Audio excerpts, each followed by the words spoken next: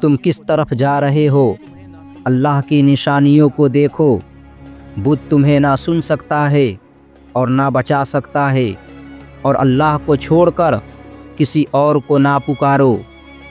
لیکن لوگ اس بات کو سن کر ہنسنے لگے، اور ایک انسان نے کہا، دیکھو، ایک اور پرانا فقیر آ گیا ہے ہمیں سمجھانے کا۔ پھر اسی وقت ملکہ ایزابیل کا دل نفرت سے بھر گیا اور اس نے حکم دیا، اس الیاس کو قتل کر دو۔ لیکن اللہ نے اپنے نبی کی حفاظت کی۔ حضرت الیاس علیہ السلام شہر چھوڑ کر پہاڑ کی غار میں چلے گئے، اور پھر آسمان بند ہو گیا۔ ایک دن گزرا، 2 دن گزر گئے، 1 مہینہ گزر چکے، 1 سال بیت گیا، لیکن 3 سال گزر گئے، بارش کا ایک قطرہ نہیں گرا۔ بارش کیوں نہیں ہو رہی ہے؟ کیا ہمارا خدا ہم سے ناراض ہو گیا ہے؟ بت بعل خاموش تھا، سونا کسی کام نہ آیا، لوگ ایک بوند پانی کو ترس گئے، بادشاہ کا محل جلنے لگے، شہر بکھرنے لگی۔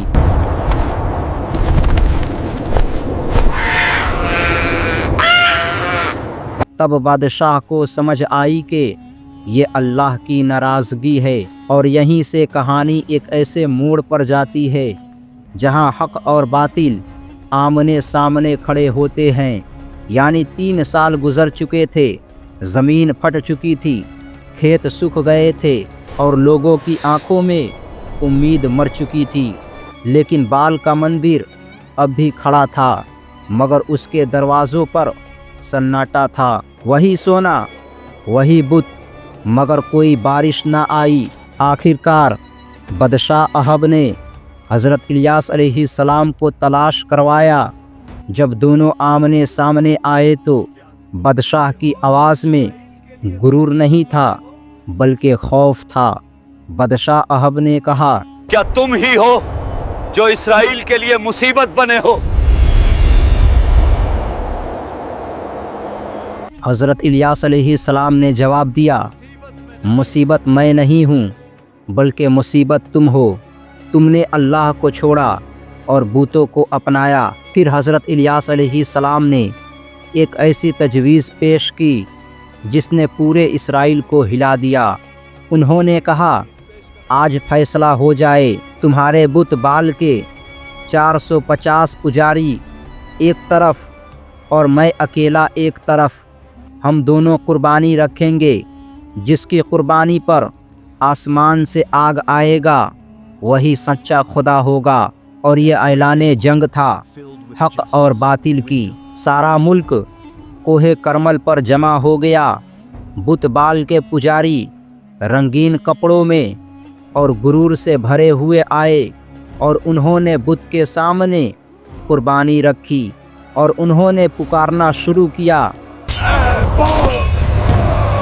سن ہماری آواز کو اور آگ نازل کر۔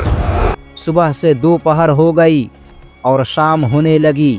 پجاری چیختے رہے اور اپنے جسموں کو نوچتے رہے اور خون بہائے، مگر آسمان خاموش رہا۔ تو اسی وقت حضرت الیاس علیہ السلام مسکرائے اور فرمایا، ذرا زور سے پکارو، شاید تمہارا خدا سو رہا ہے یا کہیں گیا ہوگا۔ یہ بات سنتے ہی لوگوں کے چہرے بدل گئے۔ پھر حضرت الیاس علیہ السلام آگے بڑھے اور انہوں نے اللہ کے نام پر قربانی رکھی اور حکم دیا، اس قربانی کے چاروں طرف پانی ڈالو۔ پھر پانی ڈالا گیا، پھر دوبارہ ڈالا گیا، پھر تیسرے بار بھی ڈالا گیا۔ یعنی قربانی بھیگ چکی تھی، لکڑیاں بھیگ چکی تھی، زمین تر ہو چکی تھی، تاکہ کوئی شک باقی نہ رہے۔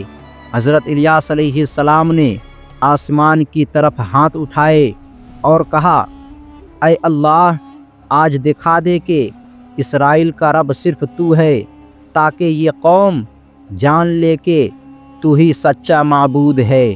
ابھی دعا مکمل بھی نہ ہوئی تھی کہ آسمان سے آگ نازل ہو گئی۔ سارے لوگ چیخ اٹھے اور کہنے لگے اللہ ہی رب ہے اور اللہ ہی سچا معبود ہے۔ اور بادشاہ احب کانپ گیا اور اس نے سر جھکا دیا، اور بت بال کے پجاریوں کو سزا دی گئی کیونکہ وہ لوگوں کو گمراہ کر رہے تھے۔ پھر حضرت الیاس علیہ السلام زمین پر جھک گئے اور اللہ سے دعا کی، اور ابھی دعا ختم نہیں ہوئی تھی کہ سمندر کی طرف سے ایک سیاہ بادل اٹھا، اور پھر ایسی بارش ہوئی کہ مردہ زمین سے زندہ ہو گئے اور کھیت ہرے بھرے ہو گئے، ندیوں میں پانی دوڑ پڑا اور لوگ سجدے میں گر گئے، لیکن ہر دل نرم نہیں ہوا تھا، اور ملکہ ایزابیل اب بھی پتھر کی طرح سخت تھی، اور اس نے کہا تو واقعی بادشاہ ہے تو اس الیاس کو ختم کرو۔ لیکن بادشاہ بدل چکا تھا اور وہ خود سجدے میں گرا تھا، اور ملکہ ایزابیل نے یہ دیکھ کر بولا تو بادشاہ بھی بزدل نکلا۔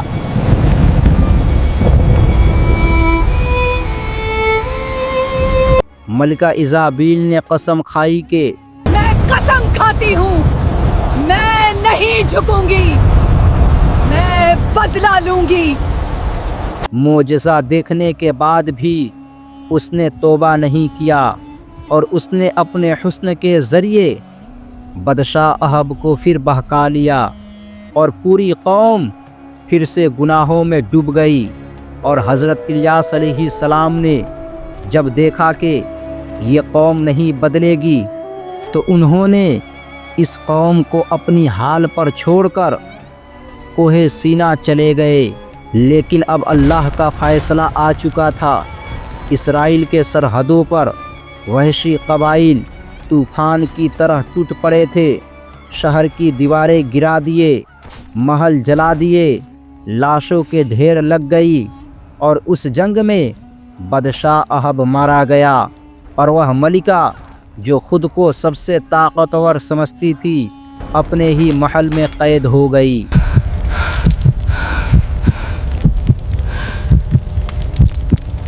موت سامنے تھی مگر غرور زندہ تھا۔ ملکہ ایزابیل نے میک اپ کیا اور بہترین لباس پہنا اور کھڑکی پر آ کر بیٹھ گئی تاکہ اپنے حسن سے کمانڈر کو قابو میں لے سکے، لیکن وقت بدل چکا تھا۔ کمانڈر نے اشارہ کیا اور اس کے اپنے ہی خادموں نے اسے کھڑکی سے نیچے پھینک دیا۔ جب کچھ دیر بعد لوگ دفنانے آئے تو وہاں کچھ نہ تھا، یعنی جنگلی کتے لاشوں کو کھا چکے تھے، صرف کھوپڑی اور ہتھیلیاں بچی تھی تاکہ دنیا دیکھے تکبر کا انجام کیا ہوتا ہے۔ آج وہی بالک شہر لبنان میں خاموش کھڑا ہے۔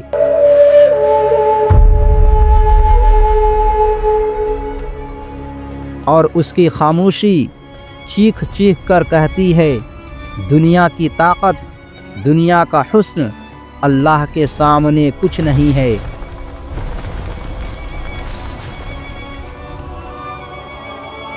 اور جو بعل جیسے جھوٹے خداؤں کو سہارا بناتے ہیں ان کا انجام ایسا ہی ہوتا ہے۔